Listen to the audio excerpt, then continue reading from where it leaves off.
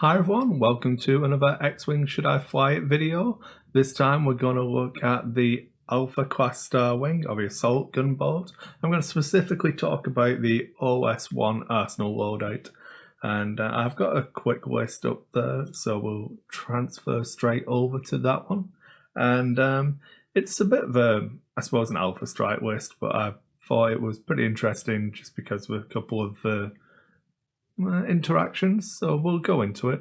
So it is obviously 3 of the same ship, so 3 Rogue Squadron veterans, all with Deadeye, all with Arsenal loadout. Then we have guidance chips on all of them, and then harpoon missiles, proton rockets, and extra munitions. So the good thing about OS-1 Arsenal loadout is obviously you gain extra slots. We're not using them all here, but we've got the extra missile slot. And you can use your torpedo and missile attacks on ships you have target locked, even if you have a weapons disabled token. So it lets us slam around, take the weapons disabled token and fire, or do a reload action and still be able to fire. So both of the missiles that we're using don't spend the target lock. Obviously, proton rocket doesn't even need it, and harpoon doesn't spend it, but we can use Deadeye as well. So that way we can try and maintain target locks on the target and just keep pounding them. So against like 1-2 ship lists, I feel like you can get a lot of damage and a lot of value out of this ordnance, just keep coming back.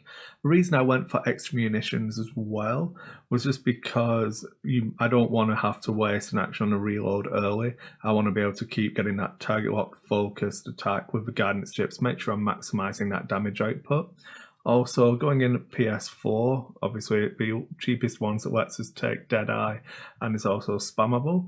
I don't know that you necessarily need to do it this way, and I do feel like there's a lot of value if you just want to take one. So maybe a lower PS guy can throw in long-range scanners just to try and get his shots off. And that kind of ship becomes a really nice flanking option. So you can go around wide, get your long-range scanner target up, nip in, fire your torpedo or your missile off, and then you disengage, slam away, do your reload, and maybe even look at something like homing missile, stuff like that. And saturation salvo is another good one for if you're only taking one flanking style. Just there's loads of different ways of doing it, especially if you're taking saturation salvo. You can throw in like advanced slam, so you can get around, get your target lock action, and just come in from some weird and wonderful angles. I do think this is going to be a fun ship, and whilst the easier options seem to be the other title, I wanted to touch on this one first. I will do a video exploring some of the canon title, but this is where I was going to sit first. So yeah, a nice spammable list. I don't think it's quite as rugged as the triple jump masters. That's what I'm thinking of. The Wolfpack or the U-boats, however you want to term them.